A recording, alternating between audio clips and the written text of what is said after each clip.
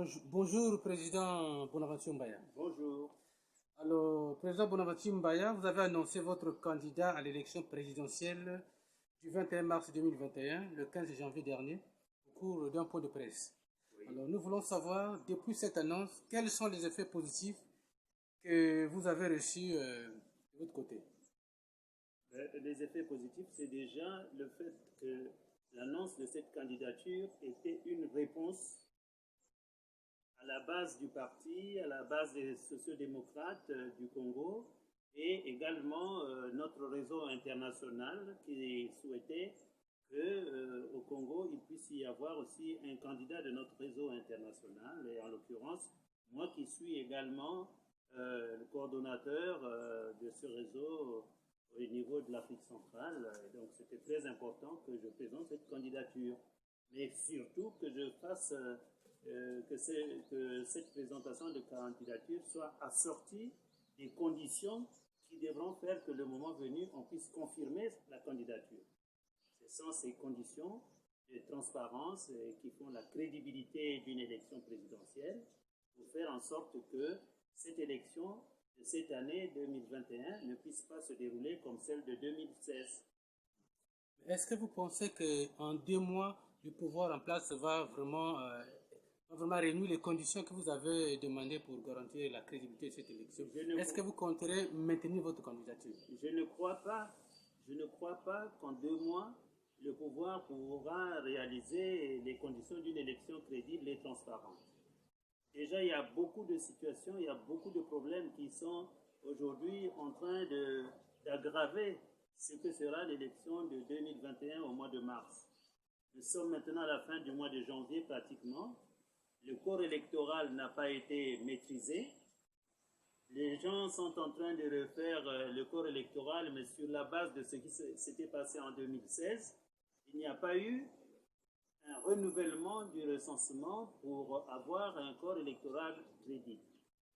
Il y a aussi le fait que le pouvoir a décidé de créer un corps électoral militaire. Mais les militaires, c'est d'abord des citoyens congolais, c'est des civils. Ils devraient voter en même temps que les civils. Mais quand on fait voter des militaires à part, j'ai vu que c'est le 17 mars, mais qui a la maîtrise du nombre de militaires qui sont recensés et qui prouve que tous ceux qui vont porter le statut de militaire le jour du vote du 17 mars seront des militaires. Tout cela devait faire l'objet d'un compromis politique, d'un consensus national pour avoir la maîtrise du corps électoral de l'armée. Le président Bonaventure Mbaya, vous savez tout ça, mais pourquoi avoir décidé de vous prononcer comme candidat à l'élection présidentielle? Mais j'ai annoncé la candidature, mais cette annonce a été assortie des conditions qu'il fallait que le pouvoir réalise pour que je puisse confirmer la candidature. Et tel que c'est parti, président, vous allez retirer donc votre candidature. J'ai bien dit que si les conditions d'une élection crédible et transparente ne sont pas réunies, je ne pourrai pas confirmer ma candidature. C'est clair pour moi. Et c'est clair pour les gens de mon réseau parce que je ne veux pas être un simple accompagnateur des gens qui ont décidé de tricher et qui vont arrêter ceux qui vont contester les résultats quand la preuve sera donnée qu'il y a eu des tricheries, il y a eu des modifications des résultats. On va créer de nouveaux prisonniers politiques comme l'ont été en 2016 le général Mokoko, André Okombi-Salisan et bien d'autres qui étaient très nombreux en prison en 2016 parce que nous étions en train de contester les résultats. Il y a eu un hold-up électoral. Est-ce que de votre côté, vous avez les moyens pour faire plier le pouvoir de vos amis pour qu'on essaie quand même d'organiser les élections comme il se doit? Mais le moyen, c'est la proposition que nous faisons depuis longtemps d'aller vers un dialogue national inclusif. Le dialogue national inclusif va définir les conditions de l'élection transparente. Même si on arrive à la fin du mandat du président, il y aura un consensus qui pourra faire que nous allons rentrer dans une période où le mandat du président étant terminé, nous allons préparer l'élection comme on l'a fait pendant la transition en 1991-92. Donc, si au mois de mars, les conditions d'une élection crédible et transparente ne sont pas réunies, Mais on pourra décider unanimement dans le pays que pour que ces conditions soient réunies, il nous faut du temps. Si c'est 1 an, si c'est 2 ans, ça va être une transition. Aujourd'hui, quand on regarde bien, la plupart des candidats sont en train d'exiger les conditions de transparence. Qu'on prenne Parfait Kolela, qu'on prenne Mathias Zon, qu'on prenne Paulin Makaya, tout le monde, nous sommes en train d'exiger qu'il faut que l'élection soit crédible et transparente. Donc, moi, personnellement, je ne veux pas être un simple accompagnateur des gens qui auront déjà prévu de tricher et de trafiquer les résultats. Et quand on va essayer de les contester parce qu'on aura été candidat, on va se faire arrêter ou une armée va tirer sur les populations qui seront en train de contester et les résultats qui seront donnés, ça ne va pas. Il faut que le pays puisse retrouver la paix et que dans cette paix retrouvée, on puisse également consolider l'unité nationale et la concorde nationale.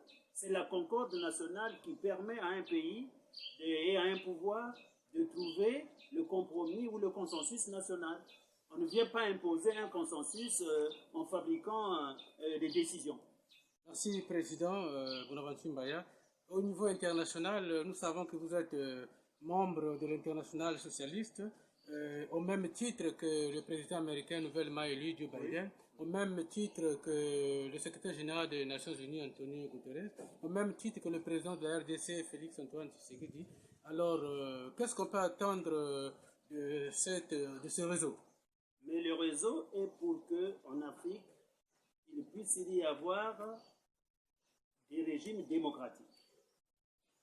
Pour atteindre ces régimes démocratiques, il faut que dans les pays africains, le dialogue devienne, je dirais, un instrument de la gouvernance.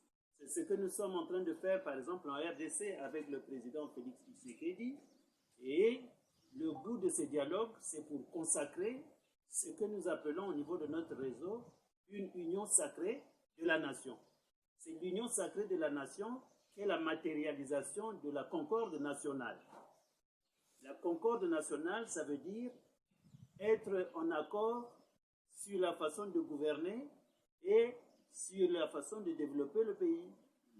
Président, est-ce que les Congolais peuvent compter sur Bonaventure Mbaya pour bénéficier de l'implication des institutions comme l'UA, les Nations Unies, les USA, dans le processus électoral du 21 mars 2021?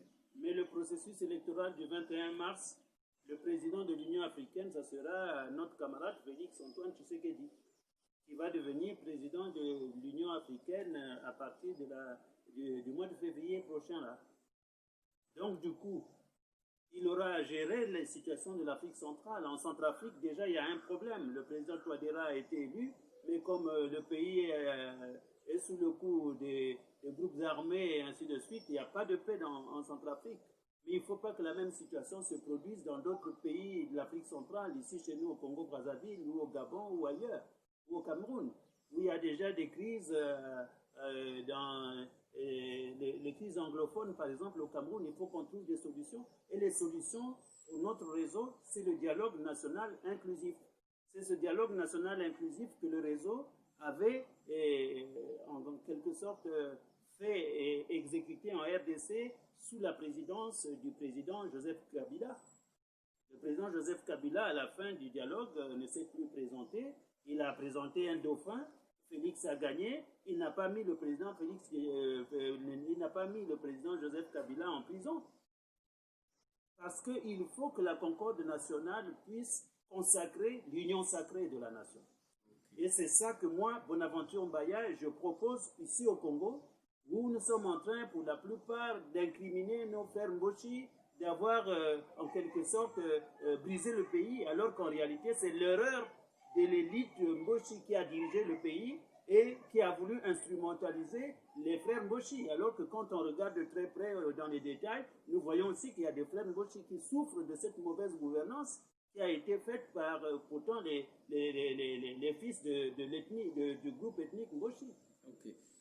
Président, Joe Biden est passé président, il a été investi. Nous allons vous donner la possibilité de lui souhaiter les vœux les meilleurs et puis bon vent à son activité. Oui, le président Joe Biden a reçu mes félicitations déjà pour son élection et le jour de son intronisation, en fait, j'ai aussi envoyé un message par l'intermédiaire de notre camarade Martin O'Malley, l'ancien gouverneur de l'État du Maryland,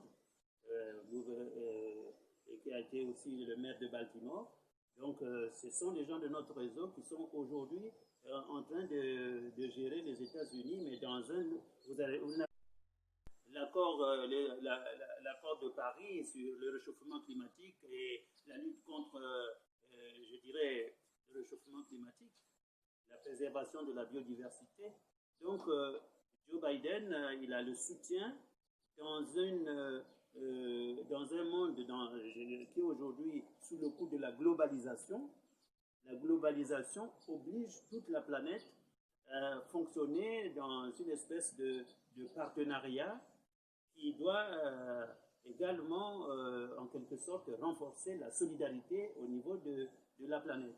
Ok. Président Bonaventure Mbaya, un dernier mot, certainement pour les militants de la Convergence citoyenne qui voulaient bien voir le président défendre les couleurs de cette formation politique à l'élection présidentielle du 21 mars 2021. Oui, le dernier mot que je voulais dire, c'est que nous sommes toujours candidats pour redresser la situation du pays. Quel que soit ce qui pourra se passer dans le pays, la Convergence citoyenne et l'Alliance social-démocrate du Congo seront des structures, des formations politiques disponibles et disposées à participer au redressement de la nation, parce que ça nous fait beaucoup mal de voir le Congo être totalement en difficulté aujourd'hui et de voir les populations congolaises souffrir de la mauvaise gouvernance et souffrir de la pauvreté qui aujourd'hui nous affecte tous dans ce contexte où il y a également la crise sanitaire à travers la pandémie du coronavirus. Merci beaucoup. Merci.